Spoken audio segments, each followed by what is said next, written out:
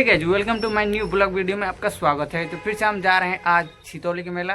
तो आपसे छोटी सी रिक्वेस्ट है कि हमारे चैनल पे आप नए होंगे तो चैनल को सब्सक्राइब कर लीजिएगा और साथ में बेल आइकन को प्रेस करना मत भूलिएगा और हमारे संग रंगारंग वीडियो देखने के लिए तैयार रहिए। सितौली का तो हमारे संग लगे रहिए। भैया फाइनली हमने के पहुंच गए से 4-5 आदमी देख सकते पहुंच गए से। पहुंचने के बाद हमने के मेला में एंट्री को लेने के बाद हमने के चलते सतार लोग दिखाएं और कैसा और रंगारंग वीडियो देखे खातिर हमारे चैनल पर बन रहा लो। तब तक ले bye bye, thank you, I love. ये देख सकते भैया हमने के चरमोहानी ना है, यो चरमोहानी है और इन्हें बहुत ज्यादा इन्हें पानी लगल बा। देख सकते बहुत ज्यादा इन्हें पानी लगल बा और इन्हें मेला लागल बा दूर तक ले और इन्हें से आंकड़ा होता। तो चलो हम तार लोग के आंकड़ा की ओर ले चलते हैं। तब तक वीडियो पर बना रहो और चैनल का सपोर्ट कर लो, सब्सक्राइब कर लो। चलो भैया हम पहिलका टोली तागल में तार लोग के मेला दिखावे खातिर और ये देख सकते टोली हो। चलो लो ये पके तार लोग मजा हम दिखावे में। तब तक वीडियो पर लगा रहे।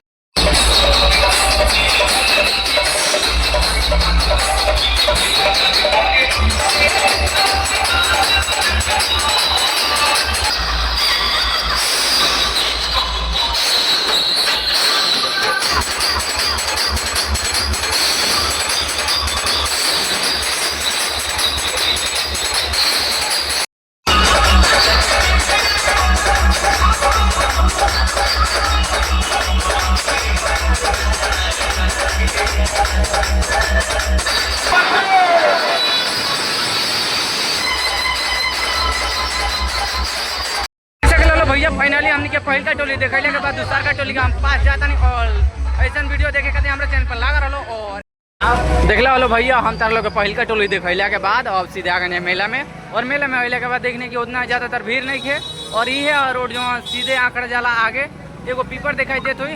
देख सकते लोग कितना भारी बा, वही सब जगह टोली लग जाए और इन्हें मेला नहीं लागल अंदर तार लोग मेला देखा। तब तक वीडियो पर बन लो और चैनल के सपोर्ट कर लो, सब्सक्राइब कर लो। ऐसे रंगारंग वीडियो देखे खातिर हमारे चैनल पर जुड़ रहा लो। तब तक देख सकते फाइनली हम पहुंच गए पर और ये जो हमने के अपन जोन मनोकामना हो गई तो मांग सके लो और जब पूरा हो सकेला ये देख सकते लो यो बाबा का प्रसाद वितरण होता है। इनके वजह से आज मेला लागल बावे, यदि मेला ना लगे भाई बा मेला देखना भाई। देख सकते लो भैया मेला में एंट्री कइले के बाद ही झूलुए खाली दिखाई देता है इन्हें। छोट से लेके आप बड़ तक ले जा सब केहू खेल सकेला। देख सकेला लोग और ही बावे बड़का नैया वाला झिलुआ है में लड़की तो कम बाकी मर्दाना ज्यादा ना भाई, लड़की ज्यादा लागत रही सन। तो लड़की के मेला में ज्यादा संख्या बावे। ये देख सकेला लो, देख सकते लो भैया फाइनली हमने के दूसरा टोली का पास आ गए से और दूसरा टोली के पास अले के बाद खाली दिखाई देता है इसमें झंडा और डागा और एक पीछे पर टोली। तो चलो लो हम दिखाएं। तब तक वीडियो पर बना रहा रंगारंग वीडियो देखे खातिर देख सकते लो पीछे एक टोली बावे और चलो हम सब लोग टोली पर एंजॉय देखा। तब तक वीडियो पर बना रहा लो।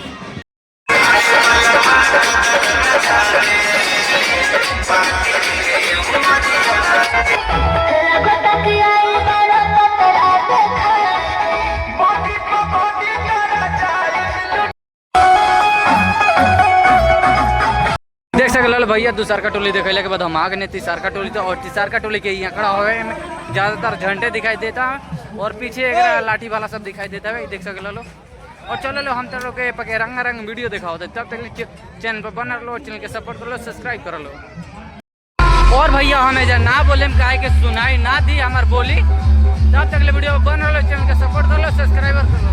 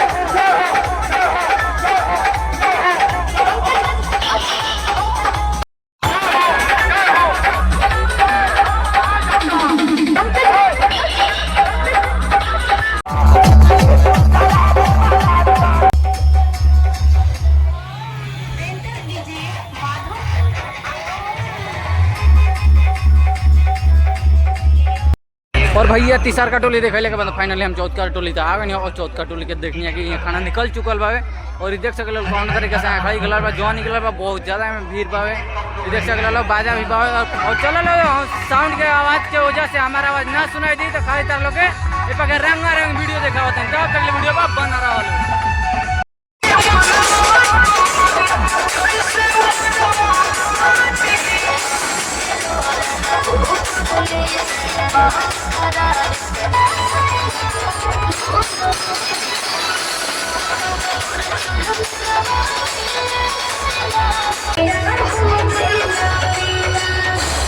चौथा टोली देखैले के बाद भैया हम चलते हैं तार लोग के पांचवा टोली होते देखाएं ना तो सब स्थायी हो जा हम तार लोग ले चलते हैं देखा कर तब तक वीडियो बन रहा और चैनल के सपोर्ट कर लो सब्सक्राइब कर लो लाइक कर लो कमेंट करके बताइए लोग कौन में से अच्छा साउंड बाजत रहा कौन ना बाजत रहा तू लोग कमेंट करवा लो तो हमारा दिल पे खुशी आवेला यार तो तार लोग से छोटी सी रिक्वेस्ट है कि तू कमेंट कर लो। देख सकल भैया ये पांचवा टोली के आंकड़ा हुए बहुत खतरनाक वाला आंकड़ा निकल बा ये हाथियों भी यही देख सकल लो और एक पीछे बा टोली तो चलो लो तार लोग टोलियों का माजा देखो तब तक ले देख सकल लो और इनसे एगो टोली आगे निकल चुकल भी है देख सकल लो भैया बहुत खतरनाक जगह आंकड़ा निकलल भाई पांचवा टोली के आंकड़ा हो।